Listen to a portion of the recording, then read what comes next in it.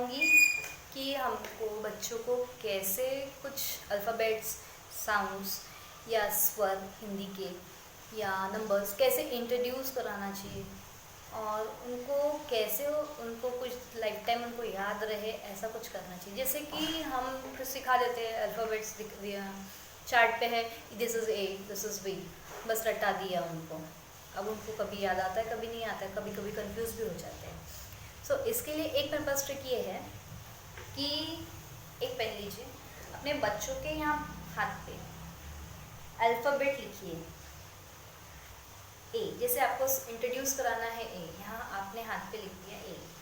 अब ये बच्चा दिन भर जब भी इसको देखेगा बोलेगा यस दिस इज ए। आप उसको बताइए ये ए है, व्हाट इज दिस ए। पहले आप उसको एक लैंग्वेज में बताइए, what is this, okay, English में बताइए ए, ये क्या है ए। आप उसको मदर टंग में भी बताइए कि ये क्या है। आप जो भी इंग्लिश, बच्चों को इंग्लिश अगर आपको सिखाना है तो ये नहीं कि आप रट्टाफाई करा दे, आपको फटाफट वो इंग्लिश बोलने लग जाए, ऐसा नहीं होता है। पहले आप उसको उसकी मदर टंग अच्छे से समझ लेने दीजिए, क्या है कैसा है, वो समझ लेगा। उसके बाद आप उसको इंग्लिश के ऊपर कॉन्सेंट्रेट कीजिए। जैसे अभी उसको सिखाना है, पहले आप बताइए दिस इज़ ए।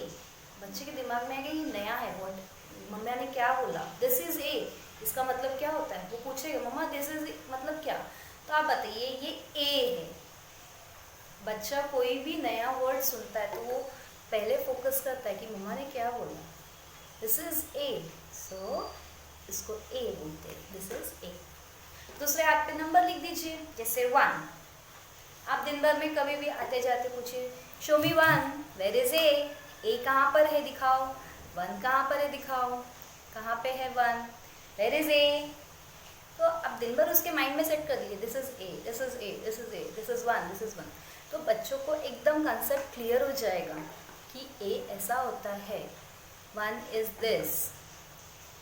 सो इसके बाद हम कुछ कंसेप्ट सीखेंगे, सिखाने के लिए सोचते हैं जैसे बच्चों को और क्या सिखाया जाए प्ले वे मेथड में। तो जैसे पहले सबसे पहले आप अपने बच्चों को कोई भी चीज़ पढ़ा रहे हैं तो सबसे पहले आप उसको इंट्रोड्यूस कराइए कि ये कौन सा ऑब्जेक्ट है। This is basket, yes, this is basket and this one is toy, Mickey toy. So आज हम कौन सा कंसेप्ट सीखेंगे, yes, we are going to learn in and out concept। तो बच्चों को सिखाइए दिस इज बास्केट। अब ये बास्केट के अंदर मिक्की गया तो in, the Mickey is in the basket।